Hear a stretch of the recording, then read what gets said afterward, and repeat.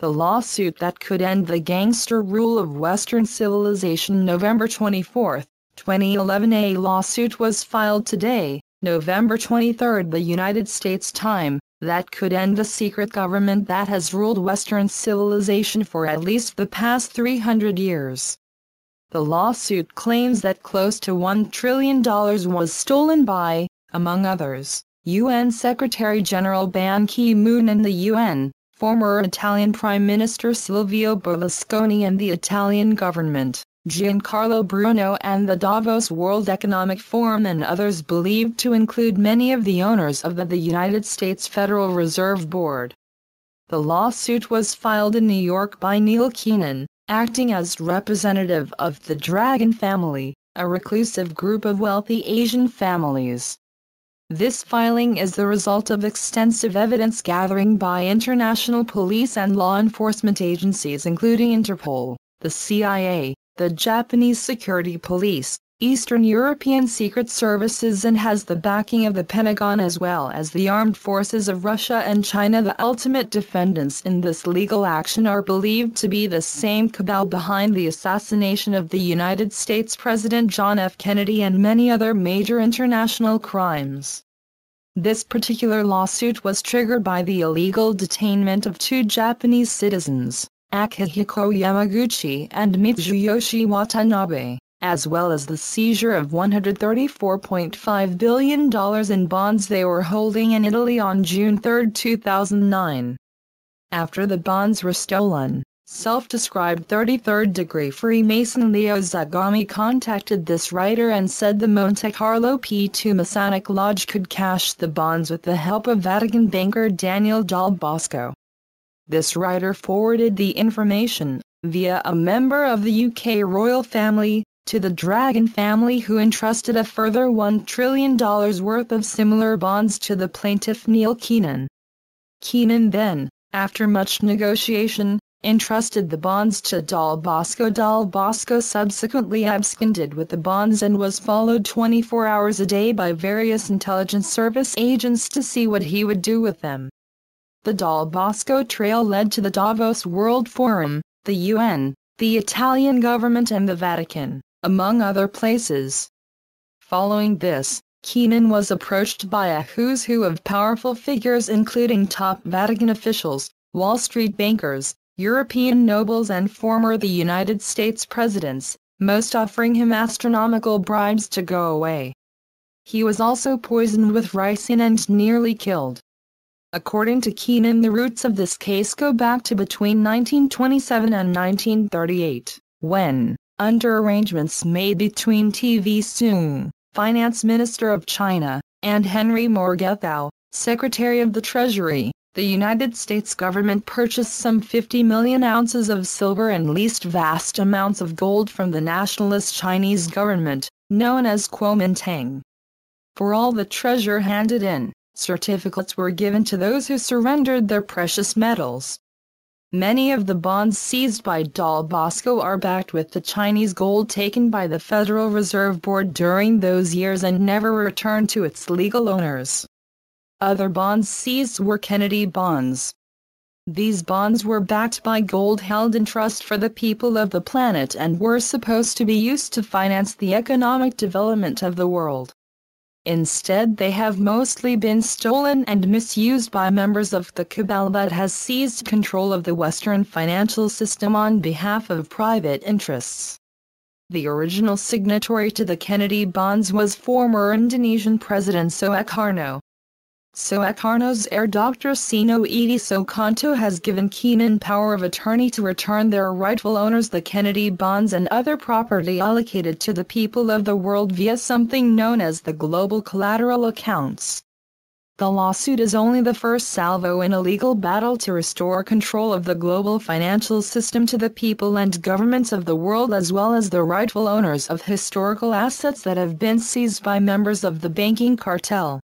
The lawsuit has been filed as civil action number 8500 at the United States District Court for the Southern District of New York on November 23, 2011. Background information on the problems with the global financial system by Neil Keenan and Keith Scott. The entire cause of the problem. The United States is a private corporation owned by the British Crown, Rothschilds, the Bank of England, Rothschilds, and the Vatican, Rothschilds again. It was previously called the Virginia Company until March 9, 1933, when it was dissolved by Roosevelt under the Emergency Banking Act.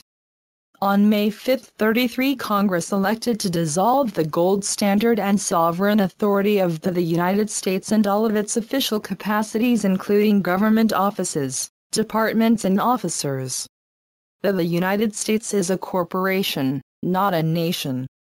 The Federal Reserve is neither federal, nor a reserve. It is a private counterfeiting organization run by Jewish bankers who lend the money they print out of thin air at interest while we keep on paying these criminals to fleece the people. That technology of theft and deception that has been exported from the United States through their promotion of this fraud as the paradigm of global finance is an obscenity that has set the seeds of its own destruction.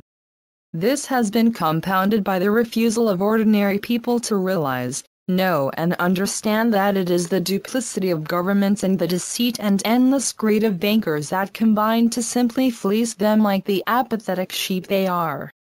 Apathy and ignorance of the truth creates belief in the lie. The truth is self-evident, but most people choose to neither hear it nor understand it. The debts of the Federal Reserve are the debts of a private corporation that is robbing the people of the United States. The United States dollar is a Federal Reserve note, and the obligations against the currency are the obligations of the Federal Reserve, not the people of the United States. Understanding the history 1. Between 1927 and 1938, under arrangements made between T.V. Soong, Finance Minister of China, and Henry Morgenthau, Secretary of the Treasury, the United States government purchased some 50 million ounces of silver and leased vast amounts of gold from the nationalist Chinese government, known as Kuomintang. During this period, China was partly occupied by Japanese troops, and there was the fear of China being overrun by the Japanese too. For all the treasure handed in, certificates were given to those who surrendered their precious metals. The surrendered precious metals and gemstones were sent to the United States under a lease agreement made between T.V. Soong and Henry Morgenthau. The certificates became the underlying funds of the Kuomintang and were good and accepted securities. 3. In 1934, new Securities Act was promulgated in the United States, together with the Gold Act, which required all bullion gold and gold coin to be surrendered to the Federal Reserve, a private corporation chartered to operate as the central bank of the United States and to be the issuer of the currency known as the United States dollar. 4. Domestically owned gold was purchased. Foreign gold held by the Treasury was also surrendered to the Federal Reserve, so was leased to the Federal Reserve. This began the Series 1934 notes issued by the Federal Reserve. These have never been redeemed, and the interest cost was met by further issuances of the 1934 Series FRNs 5. These 1934 FRNs guarantee the lease payments and to allow the Chinese government to continue financially. These came under the control of the Kuomintang, the nationalist government in China from whom the gold had been received. Many were left in China when the Kuomintang had to flee to Taiwan. The gold had been nationalized by the Kuomintang, who moved much of the FRNs, but not all, to Taiwan, which was built on these notes. These notes were the underlying wealth of Taiwan, and they were good for value as they were backed by gold. 6. During the war in China, most owners of the depository notes issued by Chinese banks were killed by the Japanese, others later being killed by both the Kuomintang and the Chinese communists. Thus the gold became property of the nation, especially so, the Kuomintang.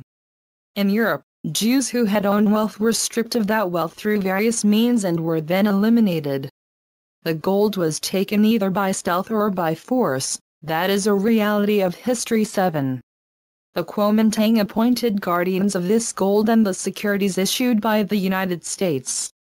They are euphemistically known as the Dragon family.